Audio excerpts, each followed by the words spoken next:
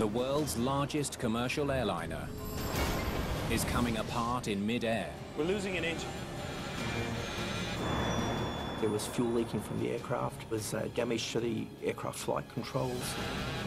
Pilots face an avalanche of warnings. What have you got for me now? Critical systems are failing throughout the gigantic plane. What's going on up there? The lives of 440 passengers are at risk. And the crisis quickly escalates from bad It's one system after another. to catastrophic. Computer says we can't make it. Damn it. This is like the simulator exercise from hell. Mayday.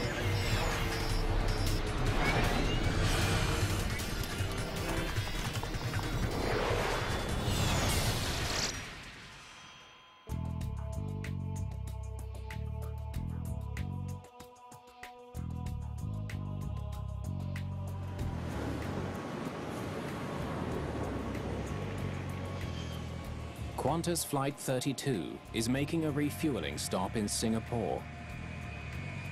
The Airbus A380 is more than halfway through a marathon 22-hour flight, all the way from London to Sydney, Australia.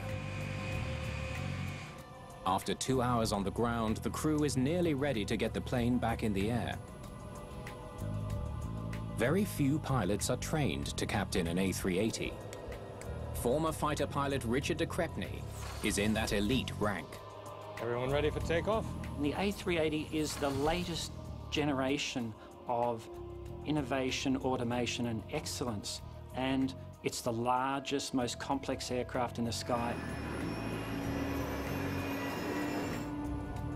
The main duty on this flight for First Officer Matt Hicks is to monitor the vast number of electronic gauges and computer displays needed to fly this state-of-the-art plane. Everything's looking good here, Richard. All of us had flown together at some stage. It just makes it easier because there's no first day greetings or, personality uncertainties. Everyone knew each other pretty well. Mark Johnson is the second officer. Mark, any worries? All good back here. The three pilots will take turns flying the plane during the remaining 7 hours of the flight. The gigantic A380 is a true double-decker, the first jet ever built with 2 decks running the entire length of the plane. It dwarfs every other airliner in the sky, with enough space for as many as 525 passengers. I hadn't realized the enormity of how large a 380 was. The cabin, the inside of the A380, just everything seemed bigger, but more rows and upstairs. On today's flight, Captain de Crepney's performance is being evaluated. It's a yearly requirement for every Qantas pilot. The Czech captains performing the task are veterans Harry Wubben and Dave Evans. Some people are affected by checks. They get a bit nervous, so we try to keep that as easy as possible.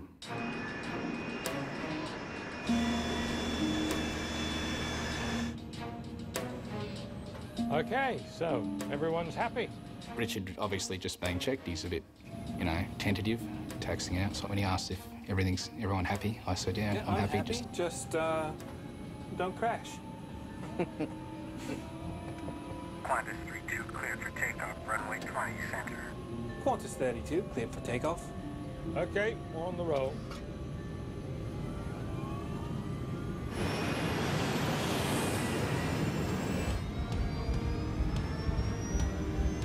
Thrust set, 80 knots. The more automated aircraft get, it doesn't necessarily make them easier to fly. It just makes them different to fly. The A380 is powered by 4 massive Rolls-Royce engines. Each can deliver 72,000 pounds of thrust. They designed wonderful engines, very reliable. V1, rotate. At 9:57 a.m. local time, Qantas 32 lifts off right on schedule.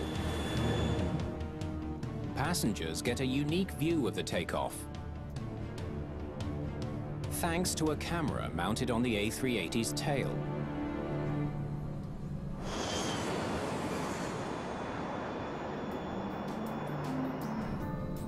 The atmosphere in the cabin was perfectly casual.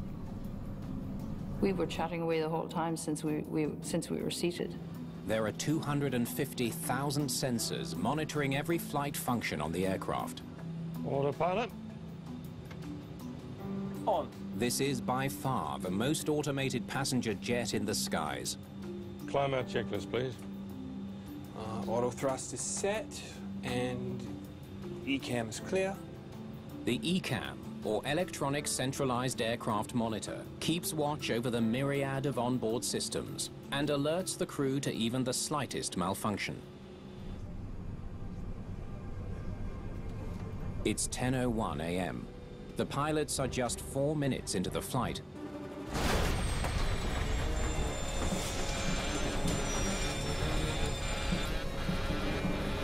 We're losing an engine.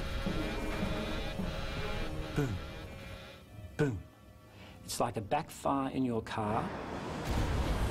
There was a loud explosion, huge explosion, and everybody just said, "What was that?" My reaction immediately, I think, was, "Oh my goodness, maybe this is it."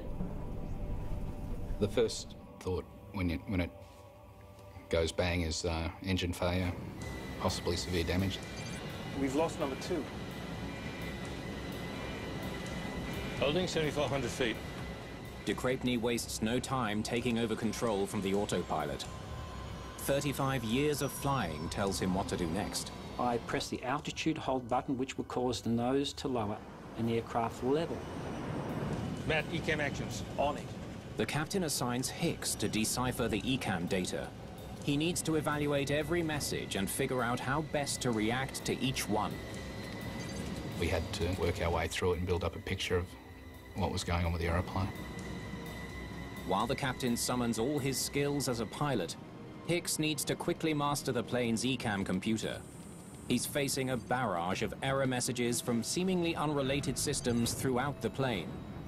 You can't really tell how many messages you've got pending. You know there's more coming because the screen will give you an arrow at the bottom indicating that there is another message. It became very confusing initially as to why we were seeing so many of them.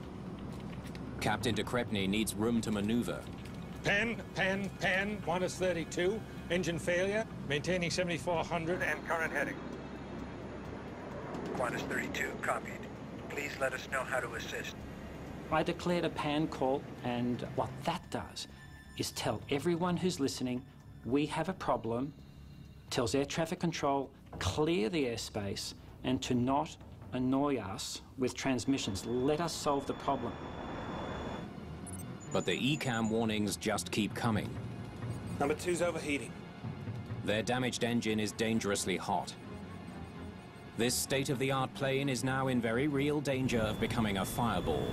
But we couldn't actually see the engine itself because it was under the wing. Oh my God! But we could see the stream of the fuel coming out. The wings of an A380 are filled with tons of highly flammable jet fuel. We were all just wondering what was going to happen next. The crew wants to cut the flow of fuel before the damaged engine catches fire. Number 2 master switch to off. Confirmed. But it's too late. An alarm warns the crew the engine is on fire. An in-flight fire is one of the most dangerous and unpredictable emergencies any crew can face. It's nearly always disastrous. July the 11th, 1991. Smoke begins seeping into the cabin of a DC-8 moments after takeoff from Jeddah, Saudi Arabia. As the pilots try to land, flames sweep through the entire cabin and consume the plane, killing all 261 people on board.